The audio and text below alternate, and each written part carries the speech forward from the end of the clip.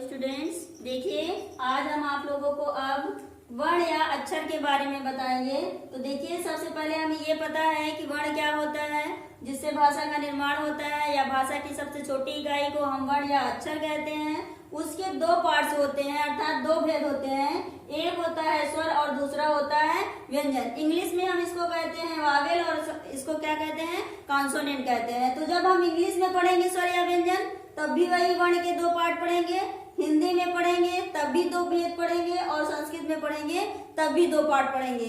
उसके बाद देखिए, स्वर के कितने पार्ट होते हैं। सबसे पहले हमें ये पता होना चाहिए स्वर किसको कहते हैं। स्वर वह है जो बिना किसी सहायता के बोला जाता है, अर्थात उसे बोलने के लिए हमें किसी दूसरे वर्ण की सहायता की आवश्यकता नहीं होती है, तो हम उसको क्या कहते हैं, स्वर कहते हैं। और व्यंजन क्या है, व्यंजन वर्ण वे वर्ण कहलाते हैं जो स्वरों की सहायता से बोले जाते हैं। ये स्वतंत्र नहीं होते हैं, ये बिना स्वर के हम उनका उच्चारण नहीं कर सकते। कहने का मतलब ये है कि यदि हम क ख लिखते हैं, तो देखिए क ख हमारा क्या होता है, व्यंजन होता है।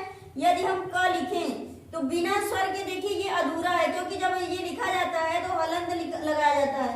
हलंत का मतलब इसमें अ नहीं है। अब जब हम हलंत लगा देंगे तो इसको अ को बाहर करेंगे तो देखिए क और अ मिलकर क्या बनता है, ये क बनता है। तो बिना स्वर के हम व्यंजन का उच्चारण नहीं कर सकते हैं, इसलिए इसको हम क्या कहते हैं, व्यंजन कहते हैं। और ये क्या हो गया, स्वर होता है, ये स्वतंत्र होता है, यह बिना किसी की सहायता के बोला जाता है। तो देखिए, स्वर कितने प्रकार का होता है आपका।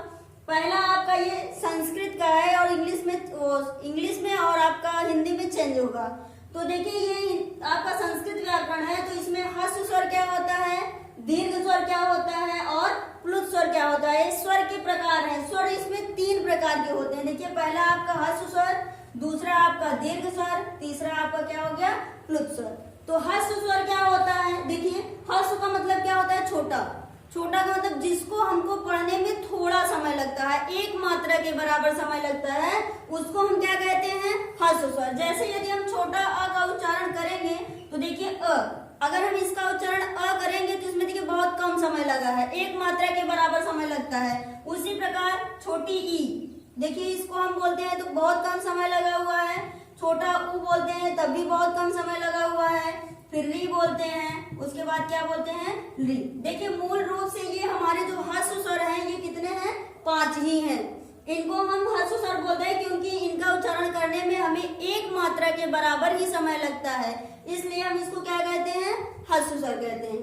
उसके बाद देखिए आपका आ गया दीर्घ स्वर। देखिए, नाम से ही इसके पता चल रहा है कि दीर्घ मीन्स होता है बड़ा, अर्थात जिसमें 2 मात्रा के बराबर का समय लगेगा, उसको हम क्या कहेंगे, दीर्घ स्वर कहेंगे। तो देखिए, अब ये हम छोटा तो यहाँ लिखे हैं, उसके बाद हम इसी का बड़ा कर देंगे। तो देखिए, बड़ा आ हो गया, बड़ी ई हो गई, बड़ा ऊ हो गया, बड़ी री हो गई, ली का दीर्घ होता नहीं। तो ये देखिए, इनका उच्चारण करने में 2 मात्रा के बराबर हमारा समय लग रहा है। और देखिए, दो स्वर बचे हैं आपका, 4 टू, ए, ऐ, ओ और औ। अब ये देखिए संयुक्त स्वर हैं। ये क्या है, संयुक्त स्वर हैं। संयुक्त स्वर क्यों है, क्योंकि अ और ई मिलके क्या बनता है, ए बनता है, और आ और ए मिलके ऐ बनता है, आ और ऊ मिलके ओ बनता है, और आ और ओ मिलके औ बनता है। तो इनका उच्चारण देखिए अलग हो गया, 2-2 स्वर के मेल से ये बना है, इसलिए ये संयुक्त स्वर कहलाता है। तो ये आपका स्वर का पार्ट था। स्वर में आपका ह्रस्व स्वर, दीर्घ स्वर और प्लुत स्वर था। ह्रस्व स्वर में आपके ये 5 स्वर थे, दीर्घ स्वर में ये 4 है, और ये संयुक्त स्वर में आपके कितने हो गए, 4। अब देखिए, प्लुत स्वर क्या होता है, जिसमें 3 मात्रा के बराबर समय लगता है, अर्थात जिसको बोलने में हमको ऐसा लगे कि जैसे हम 3 मात्रा के बराबर समय लग रहा है, तो उसको हम प्लुत स्वर कहते हैं। तो जैसे इसका उपयोग कहाँ होता है, जहां पर हम किसी को पुकारते हैं, जैसे किसी को बुलाना है हमको, तो जब हम उसको पुकारते हैं तो देर तक बोलते रह जाते हैं, पुकारते हैं, जैसे अरे यहाँ आओ, तो देर तक टाइम लगा, तो ये क्या हो गया, हमारा प्लुत स्वर हो गया। और जैसे हम ओम का उच्चारण करते हैं, तो ओम जैसे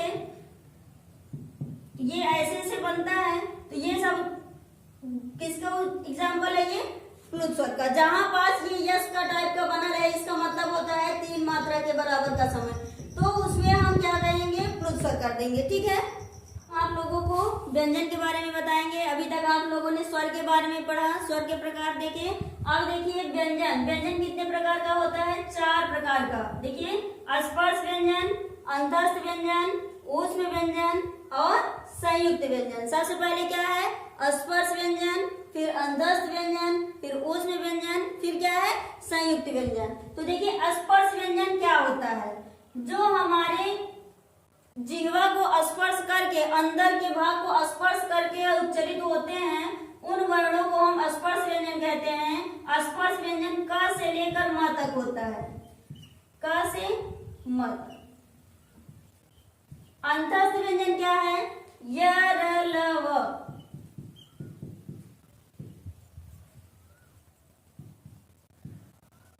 ये आपका स्पर्श व्यंजन क से म तक हो गया।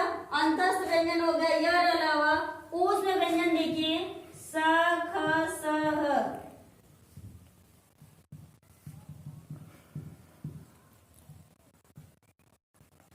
और संयुक्त व्यंजन छ त्र ज्ञ। देखिए सबसे पहले हमने क्या पढ़ा? स्पर्श व्यंजन। स्पर्श व्यंजन क्या है?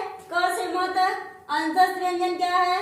जो हमारे अंतःकरण को स्पर्श करके निकलता है, जैसे य र ल व।